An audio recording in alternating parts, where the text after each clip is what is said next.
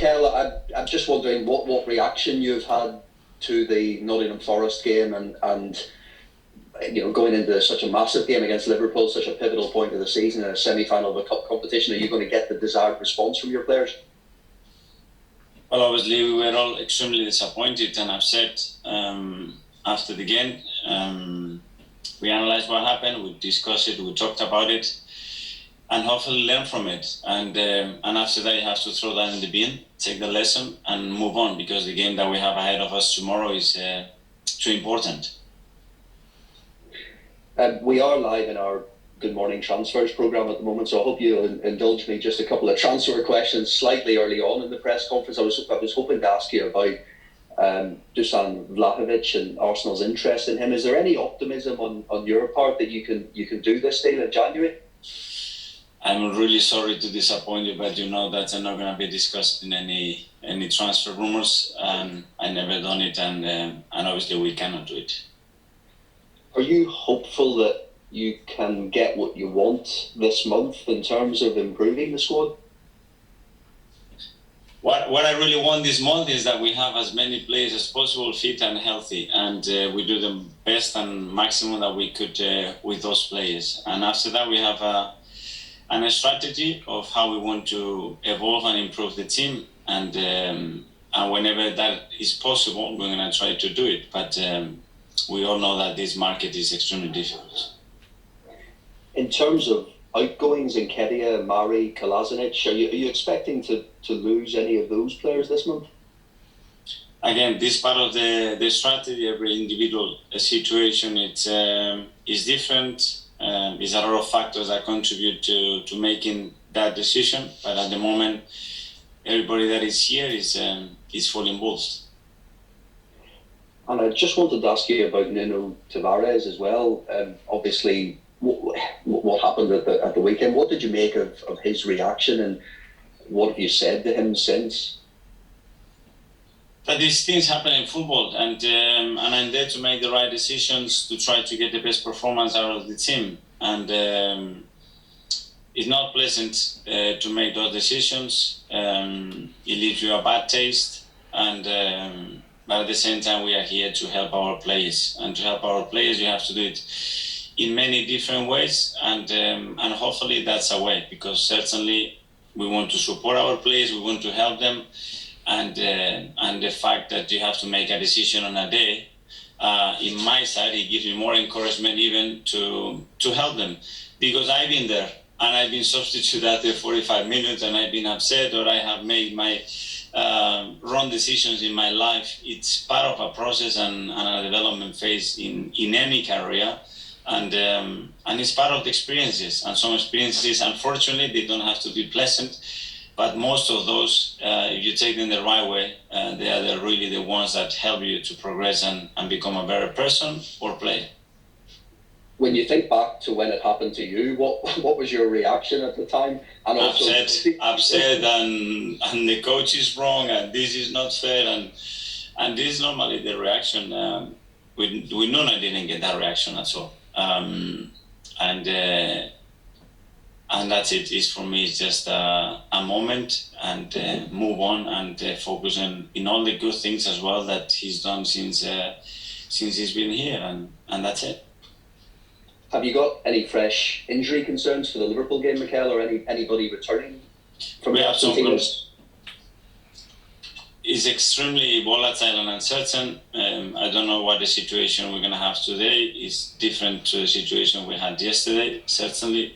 Obviously, I cannot get into any detail with that, but it's what it is. It's in the last week or so, we lost so many players for many different reasons, and we are trying to adapt to that, and use the players that we have, and make the most out of it.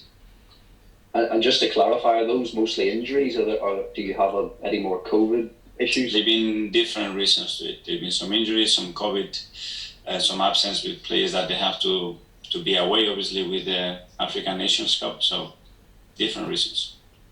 And we know Liverpool obviously had with the first leg postponed. Could that situation arise again for this game? Are you confident you have enough players? You can never guarantee anything, because you know that this changes dramatically in 10 seconds that the doctor comes through the door and gives you the news. And we have experienced that already twice this season. Our willingness is always to play. Mikel, thanks for your time. Thank you. Thank you. Thanks, Paul. Ian at TalkSport. Thanks, Mark. Good morning, Mikel. How are you? Morning, Ian. The dynamics of this tie have really changed now, because whereas you were at home first, you're now going to be at home second. So does that change the way you approach this game at Anfield? The dynamics change because the timing of the game becomes different. The first leg is in a different place. It's completely uncertain and unpredictable, but it's what it is. So I don't know how it's going to change. Nobody knows till we are on that pitch and we start to compete to reach that final. I know you've got players away with the African Nations Cup as well, but I mean, to face a Liverpool team that hasn't got Mo Salah or Sadio Mane, does that give you hope? I always have hope when I play and when I'm competing for any trophy. They have a couple of players out. We certainly have a lot out as well. It's what it is. We're going to have to go there to try to win the first match, because it's going to put us in a better position for the second one. You mentioned before the doctor maybe coming and knocking on your door, or you don't want to see him because of what happens regarding him telling you can't play players because of COVID.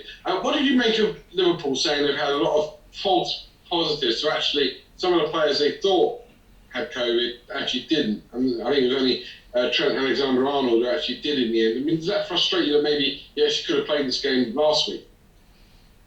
It's something that is not in our control. The EFL is responsible to check every single player's status and then make the decision whether that game has to be played or not. The decision was to postpone the match, so I'm sure that if that was the case, they had the right arguments to do so.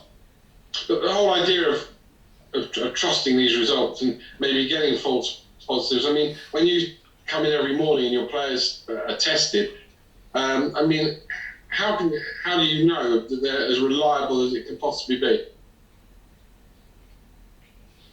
Well, just trusting that those tests they're going to be as reliable as possible. It is always going to be a percentage that might get the results wrong. First of all, you have to trust the people who does it, that is done the right way, and we have the right equipment, or the best possible equipment that we have. And after that, whatever happens after that, difficult to judge. Just two more quickly. As with Tavares, going back to him on Sunday, when a player comes off, and you said it's happened to you before, when he comes off, do you like to see a reaction because it shows that they care, or would you rather he just went and sat down and maybe behind closed doors in the dressing room show that his disappointment with your decision? That's a really personal thing. It's not what you prepare. It's something that you don't certainly train. So I think he comes into the emotional moment and the character of that player. And finally, it's a transfer question, but not about whether you're signing players or not signing players. Last season, at this time, there was COVID and we didn't have any spectators in the stadium. We do this time round, so therefore clubs will have a bit more money. Do you think that we're going to see clubs spending the money, or do you think that we might see them wait until the summer? I mean, how do you think that the actual window is going to pan out for everybody? I don't know the financial power and position of other clubs. You hear a lot of rumors, like you hear about us. Some of them can be possible, some others they are not even considered. I think clubs are always willing to try to improve. We know that there are a couple of clubs in England now that they have the possibility to buy players in this January. Some of them they have already done. I'm expecting more activity than last year because clubs are in a better position, but I don't know how far we've come still to this pandemic. Brilliant. Good luck tomorrow night, Mikel. Thank you. Thank you. Mark, Press Association. Hey, Mikel. Hi. You mentioned there that some deals not even considered by the club. Is it realistic for Arsenal to be linked with players? I mean, you mentioned Vlahovic earlier on. I know you're not going to talk about individuals, but to be linked with players when you're not in Europe and the finances that are involved in those kind of deals, are they kind of the unrealistic deals that you're talking about? I don't know. Historically, this club has always been targeting the best players in the world, and the best players in the world, they were always interested to come here. And I can say that situation hasn't changed. So every time I have spoken to any player, they were so willing to come. I haven't faced any other situation, and that's one of our biggest powers and our capacity to get the attention of people to come and join our club is something that is a big advantage for us. Emile Smith-Rowe's fitness is being assessed ahead of tomorrow, I believe, but he lost his place in your starting lineup recently. Have you had to talk to him about that? And when he's fit, what does he have to do to earn a recall? The reason why that happened, it was because he wasn't fit. Nothing else. His performances when he's been fit, they've been extraordinary. The way he's evolving, with the importance that he has in the team, I think it's without a doubt really, really positive. But he's had an issue that's been carrying, and obviously that has affected his ability to train, his ability to compete, the amount of minutes that we can give him. And we are trying to get that situation resolved as quick as possible, because we need the best version of Emile for us to be successful. A few months ago, you spoke after a game and said that Emile had needed to change some of his lifestyle choices. Since then, he's gone on to play for England and he's scoring regularly for Arsenal. So, is that? Are you happy with that reaction? Is that proof that those changes are taking effect? Yeah, but that takes the demands in every area, in every aspect, to a completely different level. The moment that you have more exposure, media-wise, expectation-wise, you play with the national team, you go in the national team and you score, you are scoring frequently, then the demands, the loads, the stress, everything is higher, and you have to go with that. And people think that naturally it's easy to do, and it's not that easy to do. And then you have to start to think that you're going to be playing 60, 70 games, playing pain-free. It just doesn't happen in elite sport, and you have to start to live with that. There's another player, obviously, he's coming back from COVID, he could miss out tomorrow. And I know you spoke last time about potentially being short in midfield. Was there any thinking that with Ainsley going to Roma, you could have postponed that deal until the end of the transfer window, so you'd have had him for these games, or was that something that couldn't happen? We talked about all the possibilities. When you are finalizing a deal, there are certain things that you cannot miss out if you want to complete that deal. I said the interest of the player was that clear after what happened in the summer, that we felt it was the right thing to do, and it was a matter of a day or two that we tried to do that. But as well, you have to have the player in the right mindset to compete, knowing that he's going to leave the next day. So I don't think that we can make a decision that is going to have an impact in the next 6-18 months just for a day or two. I don't see it very logical. And just finally, one on Eddie Nketiah, if I can.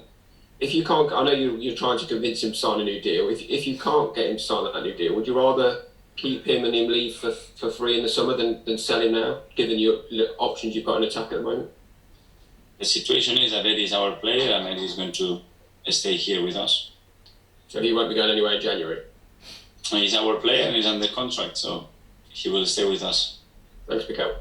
Thanks, Mark. Nick, haters? Morning, Mikel. I'm just wondering, when do you get your COVID tests back, and when will you know if Granit Xhaka is available to play or not? Excuse me? When will you know if Granit Xhaka is available to play or not in terms of hopefully today. Hopefully today, not tomorrow. Hopefully today. Okay, and he's physically well enough to play if he's got a negative test, is he? That's the argument that we are having, that obviously after having COVID, they are going through that illness in a different way. Some players are having symptoms, some of them are affecting them. Some players after training or the first few training sessions, they are struggling, and some of them are completely fine. So whenever we have the option to train Granit fully with the team, we will see where he is at. I don't know where he will be physically. I know where he's going to be mentally. He's going to be fully committed to play straight away the next minute that he has the clearance. Just wondering if the Forest defeat has any impact on your selection. You've got this game, then Tottenham, and then Liverpool again. And in February, you've only got 2 matches now. Do you just need to get every player out there and say, look, just give me everything 100% for these 3 games, and then you can have a rest afterwards, because our season could hang on these next 3 matches? Well, we know the impact that those matches are going to have in our season. We knew before Forest, and we didn't have a lot of options. We had 10 players that they could not start that game. That's half of the team for different reasons. So it was a big lesson. We know that we didn't perform at the level. I wasn't good enough, and we have to move on because the next 4 games that we had ahead of us, they are too important. Did you think about asking to have that match postponed against Forest? No, we didn't. Everything occurred pretty quickly. I might repeat myself. We are willing to play football matches. We don't want to keep postponing matches. That's how we're going to try to intend to approach every single game. If something different happens, we will see. And just finally, on the League Cup, Carabao Cup itself, are you one of these people who's in favour of switching the semi-finals to just a one-leg decider? Well, with the look of our fixture list for the next few years, and it's something that we have talked between managers and the Premier League as well, there's something that has to be done. Probably it wasn't possible to do it this season because the commitments were already arranged, but it's something that, in my opinion, has to be discussed, yeah. And do you also discuss the future of the competition at all? Is there a danger that the League Cup could disappear from the calendar entirely in the next few years? From my side, we haven't raised those conversations yet.